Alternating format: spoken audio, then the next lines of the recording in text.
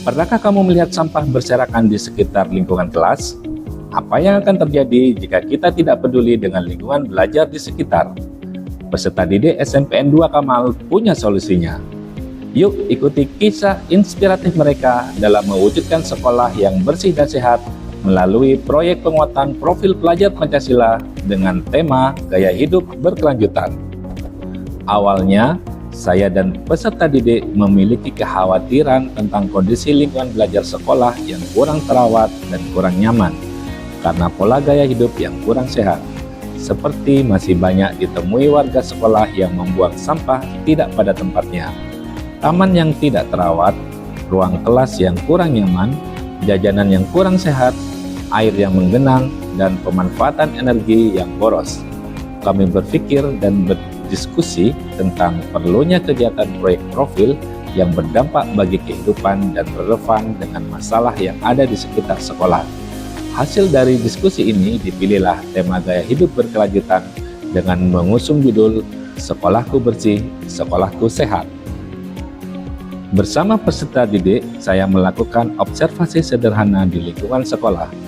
Kami berjalan bersama, mengamati kondisi sekitar, dan bertanya tentang apa yang mereka lihat. Hasil dari observasi tersebut ditemukan berbagai masalah yang ada di sekitar lingkungan sekolah, seperti sampah yang berserakan, penggunaan air yang boros, dan kurangnya tanaman hijau.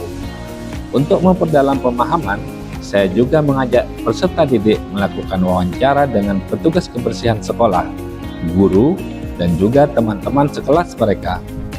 Dari wawancara ini, muncullah kesadaran bahwa masalah lingkungan di sekolah bukan hanya sekedar sampah, tetapi juga terkait dengan pemanfaatan energi, jajanan makanan minuman yang kurang memperhatikan kesehatan, kenyamanan ruang belajar yang disimpulkan dalam istilah SEKAM, sampah, energi, keanekaragaman hayati, air, makanan dan minuman sehat, serta masalah pemberdayaan 3R, reduce, reuse, dan recycle. Setelah menyimpulkan masalah-masalah yang ada di sekitar lingkungan sekolah, selanjutnya kami semua melakukan upaya untuk merancang ide-ide solutif dari semua masalah yang ada. Sebagai guru, saya memfasilitasi diskusi kelas, mendorong peserta didik untuk bertukar pikiran dan mengeluarkan ide-ide kreatif mereka. Banyak ide menarik muncul, seperti bagaimana mengatasi tantangan yang ada di sekitar lingkungan belajar sekolah kita yang terkait dengan SEKAM, yaitu sampah, energi, keanekaragaman hayati, air, makanan dan minuman sehat, dan juga 3R, reduce mengurangi, reuse menggunakan kembali, dan recycle mendaur ulang. Selain itu juga terkait menanam berbagai varietas tanaman seperti toga, sayur, juga bunga, dan tak lupa membuat tempat sampah yang lebih menarik.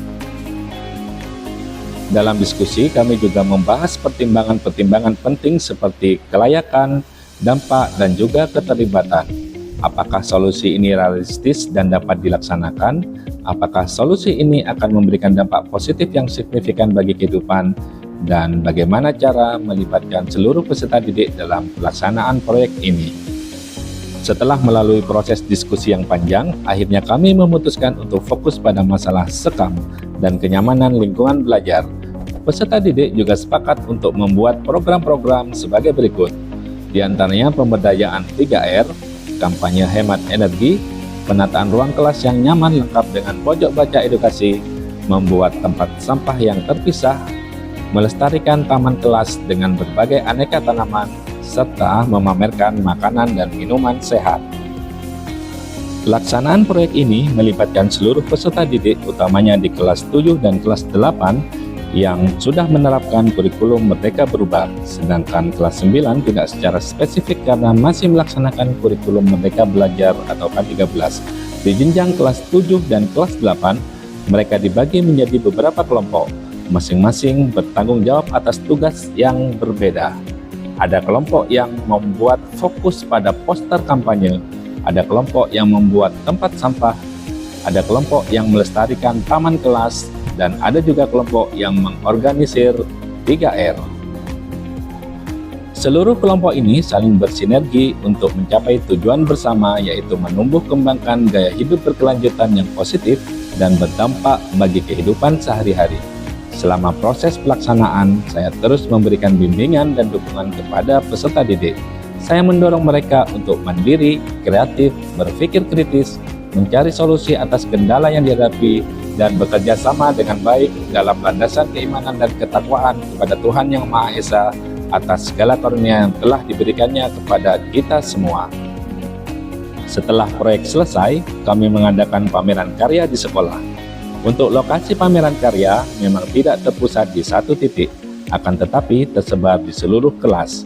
Karena masing-masing kelas, utamanya jenjang kelas 7 dan kelas 8, menjadi tempat galeri dari hasil proyek dan juga produk yang sudah dihasilkan selama kurun waktu 2 minggu.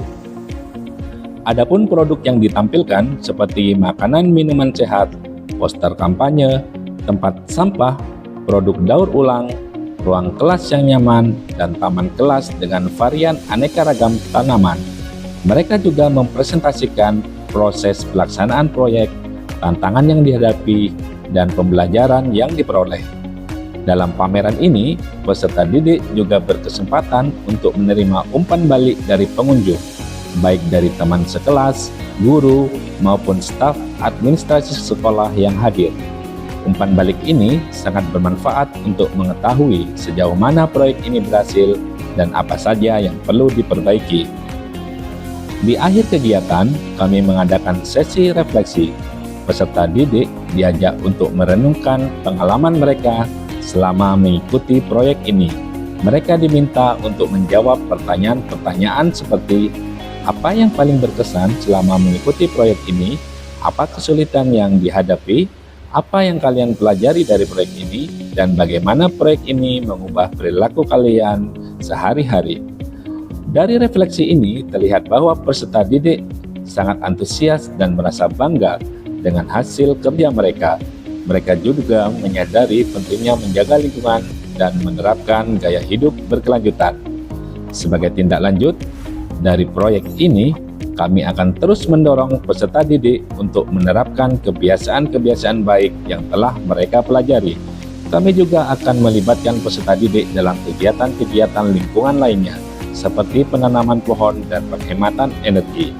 Saya Yopi Adisasmita bersama Wadah Inspiring Teacher. Bangga menjadi guru, berani menginspirasi.